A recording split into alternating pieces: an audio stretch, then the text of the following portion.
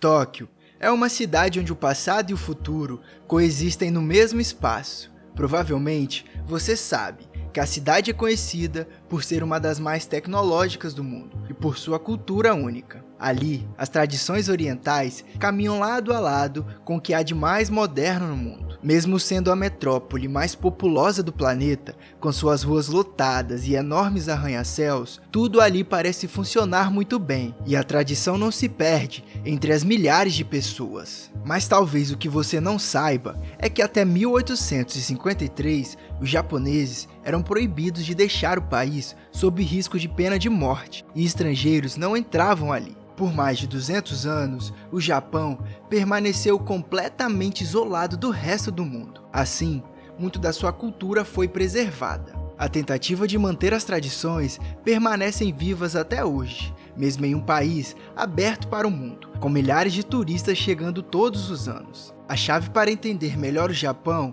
está em uma palavra: wa.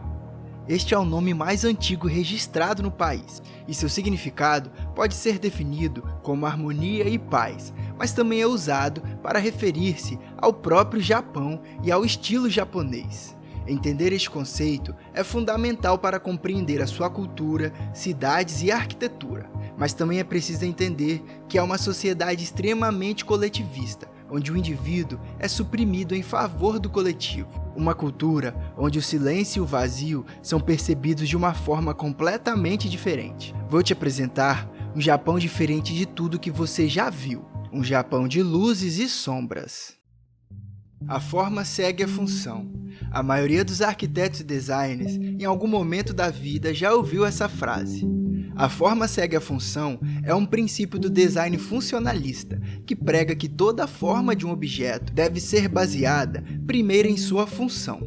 A frase é do arquiteto norte-americano Louis Sullivan, considerado o primeiro arquiteto modernista.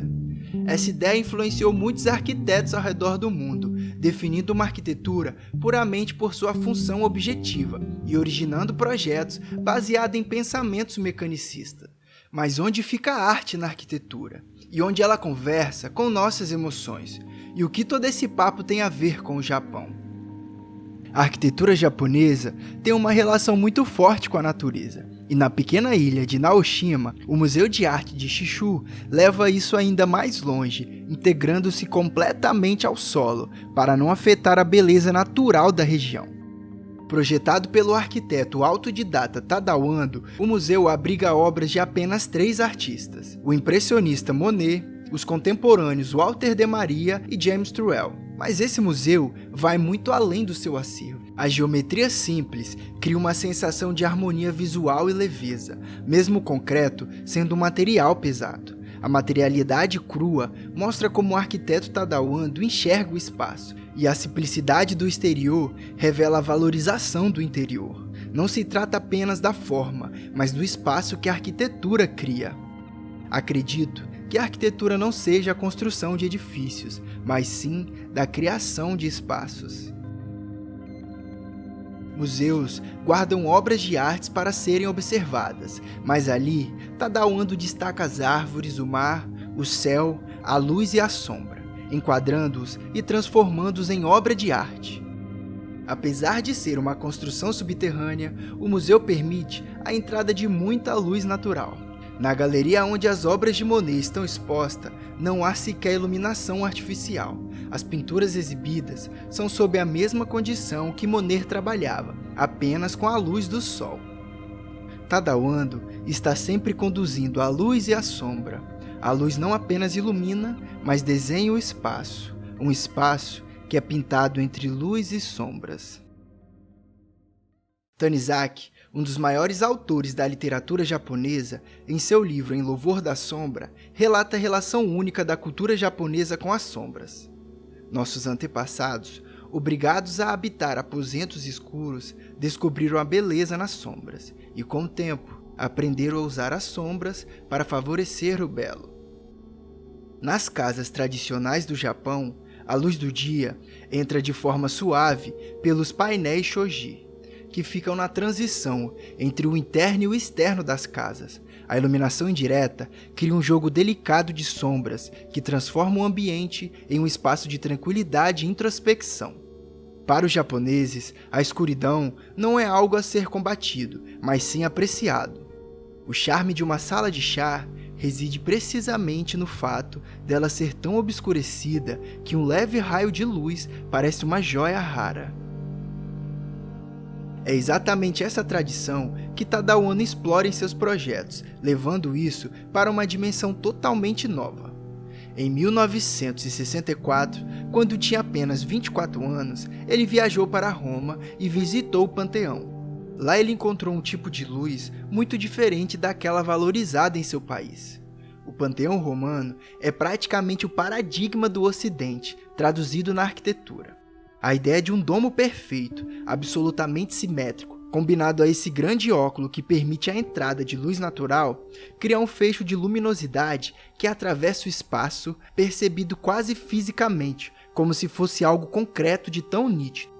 É um edifício feito para adorar a luz, que para nós ocidentais é o próprio símbolo de razão e de espiritualidade. A cultura ocidental está enraizada nos ideais da razão do iluminismo. Não é por acaso que usamos termos como clareza e esclarecimento.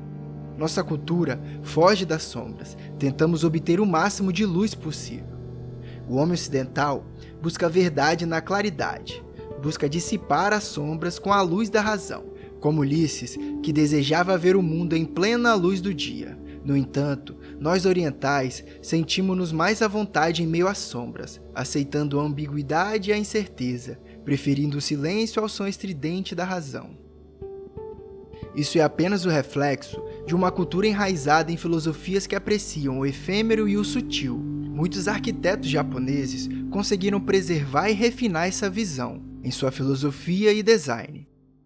Antes da gente continuar pelo Japão, eu quero te apresentar a Nomad, que é uma conta internacional aceita em mais de 180 países, sendo a forma mais barata de fazer pagamentos, saques e qualquer tipo de transação internacional, além de possibilitar investir no maior mercado do mundo, fazendo seu dinheiro trabalhar em dólar. Tudo que você precisa fazer é mandar um Pix da sua conta brasileira para a Nomad e converter reais em dólares comerciais, saindo muito mais barato que qualquer casa de câmbio. A Nomad não cobra anuidade nem taxas extras. Você paga apenas 1,1% de IOF, bem menos que os cartões tradicionais. Para criar sua conta na Nomad é bem simples. Basta clicar no link aqui embaixo e usando o cupom FORMAS, você ainda ganha até $20 de cashback na sua primeira operação de câmbio. Agora eu quero te mostrar a obra mais conhecida de Tadao Ando, onde a luz e a sombra são verdadeiras protagonistas. Essa é a Igreja da Luz, localizada na pequena cidade de Ibaraki, a 25 km de Osaka. É uma das obras mais icônicas do arquiteto e considerado um clássico da arquitetura moderna. Olhando de fora, parece apenas uma simples caixa de concreto, mas como praticamente em toda a obra do arquiteto japonês, é no interior que a vida acontece. Ao entrar na igreja, é impossível ignorar a escuridão e a luz que atravessa a parede de concreto, formando uma cruz luminosa. Um espaço sem ornamentos ou adornos, o ambiente se torna puro e silencioso, com a luz assumindo o papel central. A luz se torna gloriosa quando é iluminada contra o fundo da mais profunda escuridão. A igreja é praticamente uma caixa fechada, com apenas 2 pontos de entrada de luz natural, a cruz e uma entrada lateral. O próprio arquiteto diz que cria espaços fechados principalmente por meio de paredes grossas de concreto. A princípio, a razão é criar um lugar para o indivíduo, uma zona segura para si mesmo dentro da sociedade. Quando os fatores externos do ambiente de uma cidade exigem que as paredes não tenham abertura, o interior deve ser especialmente completo e satisfatório. Quase como uma forma de protesto, em um país onde o coletivismo muitas vezes reprime o indivíduo, Ando inverte o papel, criando um ambiente que convida os visitantes à introspecção. A arquitetura tradicional japonesa se relaciona com a natureza quase como uma reverência, e nas obras de Tadao Ando não é diferente. Na cidade de Sapporo, no cemitério de Makomanai Takinor, Tadao esconde uma enorme estátua do Buda dentro de uma colina. O objetivo era tornar mais atrativa uma estátua que ficava isolada em um campo aberto e intimidava as pessoas pelo seu tamanho. A resposta para esse problema foi cobrir a estátua com uma colina, de forma que apenas metade da cabeça do Buda fosse visível. Nossa imaginação é aguçada pelo que não podemos ver. Um jardim zen, um espaço simples e de pura contemplação, cria vida em torno do Buda, com mais de 150 mil pés de lavanda. Para encontrar a estátua, é preciso percorrer um túnel de 40 metros, pouco iluminado, que cria uma atmosfera de mistério. Ao final do túnel, você se depara com um Buda de 14 metros de altura, iluminado e contrastando com o azul do céu. E ao seu redor é criado um salão de orações. A abertura circular em cima do Buda lembra uma auréola iluminada, o símbolo mais universal do sagrado. É uma arquitetura que convida ao silêncio e valoriza o vazio, e é no vazio que ele atrai a atenção para o que realmente importa. Para Ando, o edifício em si não tem a menor importância, o importante é o espaço interno. A gente compra o cheio, mas vive no vazio. Os arquitetos desenham o cheio, mas a vida acontece no espaço. Tadao nunca frequentou uma faculdade de arquitetura. A sua formação foi construída nos livros e em viagens que fez pelo mundo, para conhecer grandes obras de renomados arquitetos. Talvez por nunca ter pisado em uma sala de aula de arquitetura, a sua forma segue outra função. A primeira vez que ouvi falar de Tadao foi através de um documentário no meu último ano de faculdade. Naquela época, eu já havia criado a minha visão sobre arquitetura, que levo comigo até hoje. Vejo a arquitetura como uma arte de manipular o espaço. Conhecer as obras de Ando reforçou ainda mais essa ideia. Ele é o arquiteto que mais me inspira, não pela sua estética, mas pela forma como enxerga e valoriza o vazio. À primeira vista, a arquitetura de Tadao parece distante da tradição do Japão, mas existem 4 conceitos fundamentais da estética tradicional japonesa, todas com raízes no Zen budismo, que influenciaram diretamente o seu trabalho. Essas ideias não são apenas referências, é a alma de suas obras. O Abi refere-se à beleza da simplicidade, uma elegância despretensiosa, que abraça a rusticidade e a naturalidade, é a capacidade de se contentar com o menos. Sabi é a beleza que surge das mudanças inevitáveis, causada pelo tempo, valorizando as marcas e as imperfeições que surgem, é a aceitação da impermanência. Shibui descreve a beleza sutil e discreta, marcada pelo refinamento, silencioso e uma elegância que evita exageros. É uma beleza contida que se revela aos poucos. Yugen é uma beleza que está além da superfície. Ela é profunda e misteriosa, associado ao que é invisível ou inexplicável, surgindo do que não é totalmente revelado, permitindo que o observador imagine e sinta além do visível. Pensei em como responder ao tema da tradição, não recorrendo às formas e aos estilos do passado, mas sim ao espírito por trás deles. Tadao nasceu em 1941 em Osaka, e como uma forma de retribuição à sua cidade natal, onde vive até hoje, presenteou a cidade com um projeto, além de financiar toda a sua obra. Bem no centro da cidade, Ando criou um espaço para as crianças escaparem da realidade das telas. A floresta de livros infantis de Nakanoshima foi concebida como um espaço de inspiração e descoberta, um convite para as crianças desenvolverem um amor pela leitura e pelo conhecimento. Ando acredita que o ambiente é parte fundamental para nutrir a curiosidade e a criatividade das crianças, e o seu projeto revela essa filosofia. O espaço principal da biblioteca se mistura com as escadas, formando quase um labirinto, e as estantes de livros que alcançam o teto seguem as paredes curvas, criando a sensação de uma floresta de livros, proporcionando um ambiente lúdico. Os livros não seguem uma organização tradicional, estão dispostos de uma forma mais livre para que as crianças possam explorar essa floresta espontaneamente, sem serem dirigidas ou condicionadas. Como não poderia faltar, o jogo entre luzes e sombras também está presente nesse projeto.